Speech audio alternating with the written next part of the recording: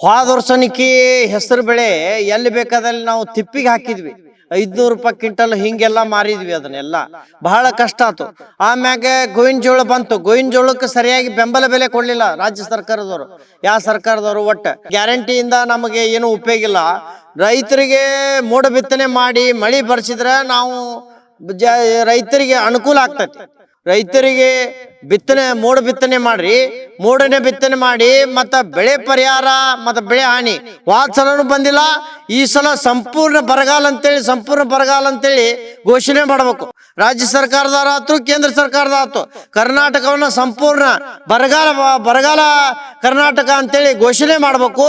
ರೈತ ಆತ್ಮಹತ್ಯೆಗಳು, ಆದ್ರ ರೈತ ಕುಲ ಸತ್ಯಾನಾಶ ಆಕತಿ, ಸರ್ವನಾಶ ಆಕತಿ. ಗೋವಿನ ಜೋಳ ಬಂತು, ಅದಕ್ಕೆ ಇದು ಬೆಂಬಲ ಬೆಲೆ ಸಿಗಲಿಲ್ಲ, ಸರಿಯಾಗಿ ಬೆಂಬಲ ಬೆಲೆ ಸಿಗಲಿಲ್ಲ. ಮುಂಗಾರು ಹಂಗಾಮಿನಲ್ಲಿ ಉತ್ತಮ ಮಳೆಯ ಬರುವ ಒಂದು ನಿರೀಕ್ಷೆಯಲ್ಲಿ ಈಗಾಗಲೇ ಎಲ್ಲ ಉತ್ತರ ಕರ್ನಾಟಕ ಭಾಗ ಅಲ್ಲದೆ ಉತ್ತರ ಕರ್ನಾಟಕದ ಭಾಗದಲ್ಲಿ ಪ್ರತಿಯೊಬ್ಬರು ಕೂಡ ಬೆಳೆಗಾಗಿ ಎಲ್ಲರೂ ಒಂದು ಬಿತ್ತನೆ ಕೂಡ ಮಾಡಿದ್ರು. ಸಾಕಷ್ಟು ನಿರೀಕ್ಷೆಗಳನ್ನ ಇಟ್ಕೊಂಡಿದ್ರು.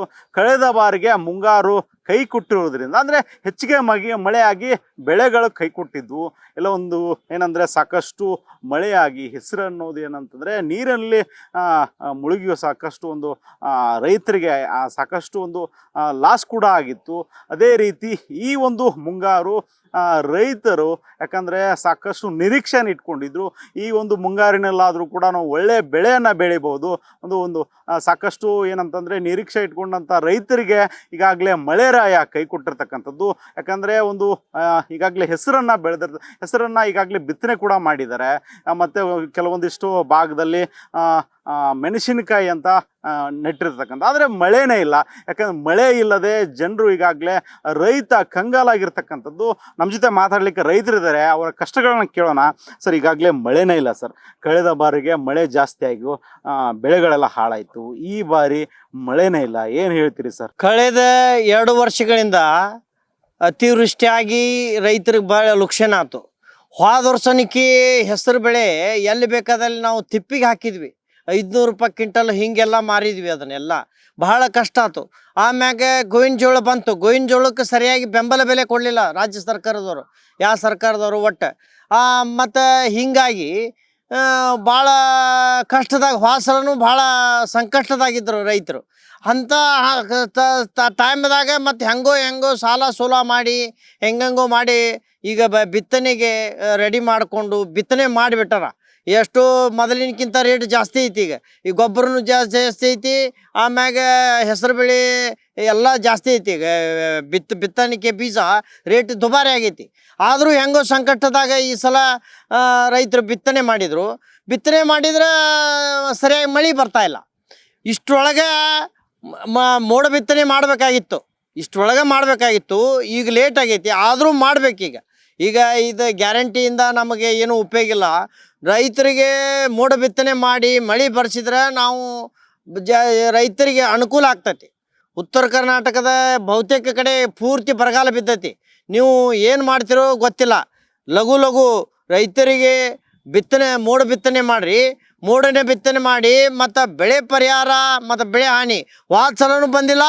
ಈ ಸಲ ಸಂಪೂರ್ಣ ಬರಗಾಲ ಅಂತೇಳಿ ಘೋಷಣೆ ಮಾಡಬೇಕು. ರಾಜ್ಯ ಸರ್ಕಾರದಾರಾತು, ಕೇಂದ್ರ ಸರ್ಕಾರದಾತು, ಕರ್ನಾಟಕವನ್ನು ಸಂಪೂರ್ಣ ಬರಗಾಲ ಕರ್ನಾಟಕ ಅಂತೇಳಿ ಘೋಷಣೆ ಮಾಡಬೇಕು. ಇದಕ್ಕೆ ವಿಶೇಷ ಪರಿಹಾರ, ವಿಶೇಷ ಪ್ಯಾಕೇಜನ್ನು ನೀಡಬೇಕು. ರಾಜ್ಯ ಸರ್ಕಾರ ನೀಡಬೇಕು, ಕೇಂದ್ರ ಸರ್ಕಾರ ನೀಡಬೇಕು. ಇಲ್ಲಾರ ರೈತ ಆತ್ಮಹತ್ಯೆಗಳು, ಆದ್ರೆ ರೈತ ಕುಲ ಸತ್ಯಾನಾಶ ಆಕತಿ, ಸರ್ವನಾಶ ಆಕತಿ. ಅದಕ್ಕೆ ಕತ್ತ ತಕ್ಷಣ ನಾವು ರಾಜ್ಯ ಸರ್ಕಾರಕ್ಕೆ ಮತ್ತು ಕೇಂದ್ರ ಸರ್ಕಾರಕ್ಕೆ ಏನು ಕೇಳ್ಕೊಳ್ಳೋದು ಅಂದ್ರೆ, ರೈತನ ಅನ್ನದಾತನ ನೆರವಿಗೆ ನೀವು ಧಾವಿಸಿ ರೈತರ ಸಂಕಷ್ಟ ಏನೈತಿ ನೀವು ಪರಿಹಾರ ಮಾಡಬೇಕು. ಮತ್ತು ಮೋಡ ಬಿತ್ತನೆನೂ ಲಘು ಮೋಡ ಬಿತ್ತನೆ ಕಾರ್ಯನೂ ಲಘುನ ಮಾಡಬೇಕು. ಇಷ್ಟರೊಳಗೆ ಮಾಡಿದ್ರೆ ರೈತರಿಗೆ ಅನುಕೂಲ ಆಕಿತ್ತು. ಭಾಳ ಕಷ್ಟದಾಗದಾನ. 2-3 ವರ್ಷ ಹಿಂಗಾಗೈತಿ. ಈ ವರ್ಷ ನೋಡಿದ್ರೆ ಹಿಂಗಾಗೈತಿ. ಹಿಂಗಾದ್ರೆ ಮುಂದಿನ ದಿನಮಾನದಾಗ ರೈತ ಕುಲ ಸತ್ಯಾನಾಶ ಆಗಿ ಹೋಗತಿ. ಅದಕ್ಕೆ ನೀವು ರೈತ ಕುಲವನ್ನು ಉಳಿಸ್ರಿ. ರಾಜ್ಯ ಸರ್ಕಾರ ಮತ್ತು ಕೇಂದ್ರ ಸರ್ಕಾರಕ್ಕೆ ನಾವು ಏನು ಕೇಳ್ಕೊಳ್ಳೋದು ಅಂದ್ರೆ, ರೈತ ಕುಲವನ್ನು ಉಳಿಸ್ರಿ. ಲಘುನ ಬೆಳೆ ಪರಿಹಾರ ಮತ್ತು ಬೆಳೆ ಹಾನಿಯನ್ನು ಕೊಡ್ರಿ ಮತ್ತು ವಿಶೇಷ ಪ್ಯಾಕೇಜನ್ನು ಕರ್ನಾಟಕಕ್ಕೆ ವಿಶೇಷ ಪ್ಯಾಕೇಜನ್ನು ನೀಡ್ರಿ ಅಂತೇಳಿ ಈ ಮೂಲಕ ನಾನು ಕೇಳ್ತೇನೆ. ಇನ್ನೊಂದು ಗೌಡ್ರೆ, ಈಗ ಯಾರೋ ಒಂದ್ ಕಡೆ ದುಡ್ಡು ಇರ್ತಕ್ಕಂಥ ರೈತ ಟ್ಯಾಂಕರ್ ಮುಖಾಂತರ ಏನೋ ನೀರು ಸಿಂಪಡಣೆ ಮಾಡ್ತಾ ಇದಾರೆ ಅಂತ ಕೇಳ್ಪಟ್ವಿ ನಿಮ್ಮ ಭಾಗದಲ್ಲಿ. ಅಂದ್ರೆ ರೈತ ದುಡ್ಡು ಇರ್ತಕ್ಕಂಥವ್ರು ಮಾಡ್ತಾರೆ, ದುಡ್ಡು ಇಲ್ಲಿರ್ತಕ್ಕಂಥವ್ರು ಪಾಪ ಈಗಾಗಲೇ ಮೊದಲೇ ಆ ಬೆಳೆಗಳನ್ನ ನಡ್ಲಿಕ್ಕೆ ಸಾಕಷ್ಟು ಗೊಬ್ಬರ ತಂದು ಎಲ್ಲ ಸಾಕಷ್ಟು ಇದಾಗ್ಬಿಟ್ಟಿರ್ತಾನೆ, ಮತ್ತು ಇದೊಂದು ಮಳೆ ಇಲ್ಲಾರದ್ದೆ. ಈಗ ನೋಡ್ರಿ ಈ ಟ್ಯಾಂಕರ್ಲೆ ಎಷ್ಟು 100ಕ್ಕೆ 2-3 ಮಂದಿ ಮಾಡ್ತಾರೆ. ಒಂದಿಷ್ಟು ಮಂದಿ ಅಲ್ಲೇ ಬೆಣ್ಣೆ ಹಳ್ಳದ ನೀರನ್ನು ಹಚ್ಚಾರ, ಅದು ಒಂದು 3 ಮಂದಿ. 90% ಭಾಗ ರೈತರಿಗೆ ಅಷ್ಟು ಅನುಕೂಲ ಇಲ್ಲ. ಬಿತ್ತನೆ ಮಾಡೋದು, ಗೊಬ್ಬರ ತಗೊಳ್ಳೋದು, ಖರೀದಿ ಬೀಜ ತಗೊಳ್ಳೋದ್ರೊಳಗೆ ಹೈರಾಣಾಗಿ ಹೋಗಿರ್ತಾನ. ಆಮ್ಯಾಗ ಬಿತ್ತನೆಗೆ ಎಲ್ಲ ಖರ್ಚಿರ್ತಾವೆ, ಟ್ಯಾಕ್ಟ್ರಕ್ಕೆ ಎಲ್ಲ ಖರ್ಚಿರ್ತಾವೆ, ಡೀಸೆಲ್ ಖರ್ಚಿರ್ತಾವೆ, ಎಲ್ಲ ಖರ್ಚಿರ್ತಾವೆ. ಆಮ್ಯಾಗ ವಾಸಲೂ ಲಾಸ್ ಆಗೈತಿ ಸಂಪೂರ್ಣ. ವಾಸಲ ಸಂಪೂರ್ಣ ಕೈ ಕೊಟ್ಟತಿ, ಹೆಸರು ಬೆಳೆ ಸಂಪೂರ್ಣ ಕೊಟ್ಟತಿ. ಗೋವಿನ ಜೋಳ ಬಂತು, ಅದಕ್ಕೆ ಇದು ಬೆಂಬಲ ಬೆಲೆ ಸಿಗಲಿಲ್ಲ, ಸರಿಯಾಗಿ ಬೆಂಬಲ ಬೆಲೆ ಸಿಗಲಿಲ್ಲ. ಹಿಂಗಾದಾಗ ನೀವು ಅದು ಏನು ಇಲ್ಲಿ ನಮ್ಮದು ಇರಿಗೇಷನ್ ಇಲ್ಲ, ಇಲ್ಲಿ ಉತ್ತರ ಕರ್ನಾಟಕದ ಕಡೆ ಇಲ್ಲ.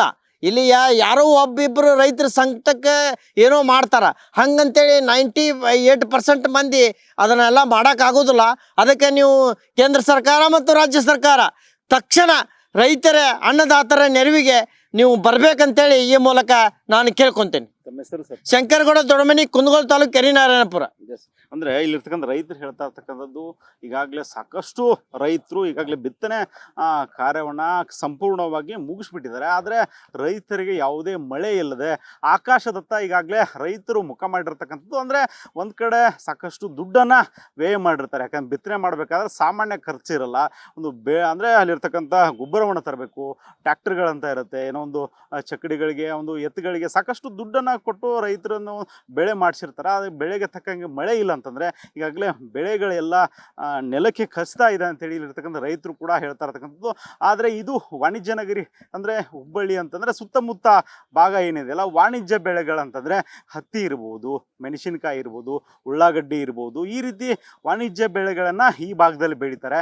ಆದರೆ ಈ ಬಾರಿಗೆ ಮುಂಗಾರು ಕೈ ಕೊಟ್ಟಿರೋದ್ರಿಂದ ಸಾಕಷ್ಟು ರೈತರು ಈಗಾಗಲೇ ಕಂಗಾಲಾಗಿರ್ತಕ್ಕಂಥದ್ದು ತಮ್ಮ ಮುಂದ್ಗಡೆ ಇರ್ತಕ್ಕಂಥದ್ದು. ಕ್ಯಾಮ್ರಾ ಪರ್ಸನ್ ಹೇಮಂತ್ ಜೊತೆ ಸಂಗಮೇಶ್ ಸತ್ತಿಗೇರಿ, ಕರ್ನಾಟಕ ಟಿವಿ, ಹುಬ್ಬಳ್ಳಿ.